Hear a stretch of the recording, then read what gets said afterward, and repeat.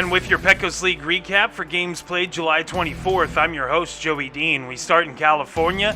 Bakersfield at Dublin, a battle for second place in the Pacific.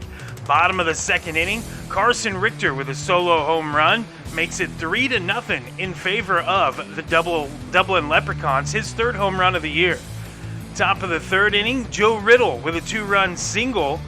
That makes it 4-3 in favor of the Bakersfield Train Robbers.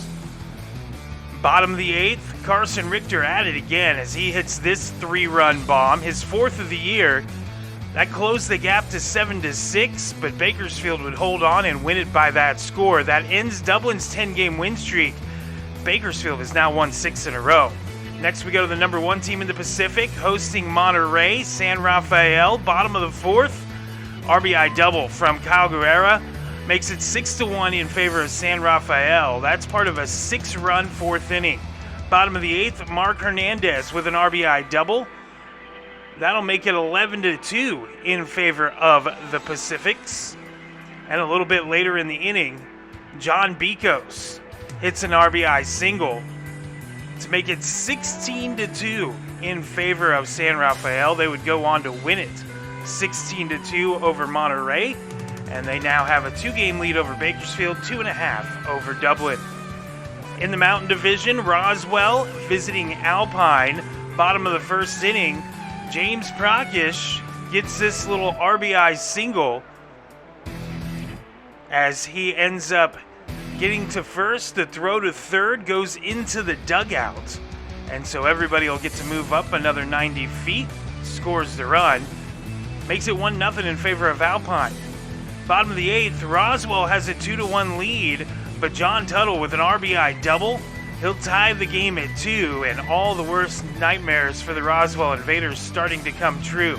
As the very next batter, Jake Sisto with an RBI makes it 3-2 in favor of Alpine. They would go on to score 7 runs in the inning and win this one by a score of 8-2 over the Roswell Invaders.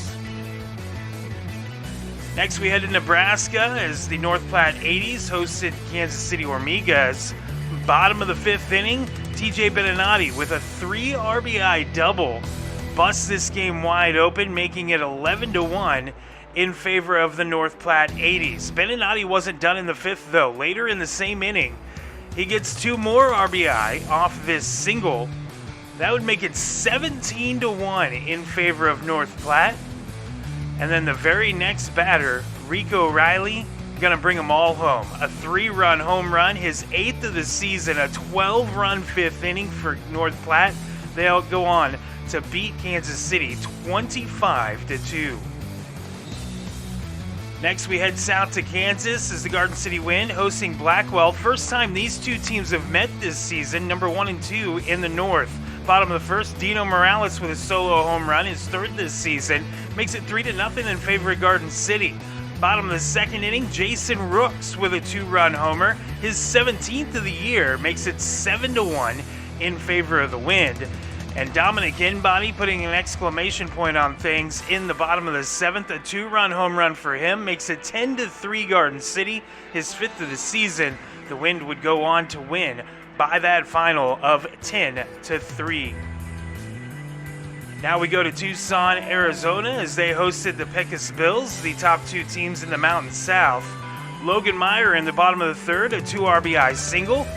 That'll make it 7-0 in favor of Tucson. They have played very well against Pecos down the stretch. Bottom of the fourth, Anthony Manacero with an RBI single makes it 8-0 in favor of the Saguaros.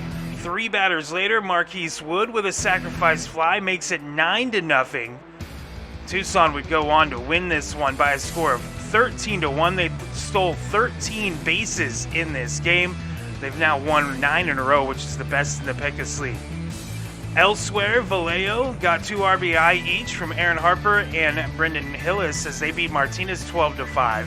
And Trinidad got 3 home runs from Levi Maslowski and 1 from Dom Pisano as they throttle Santa Fe 38-12. Join us again next time for another Pecos League recap.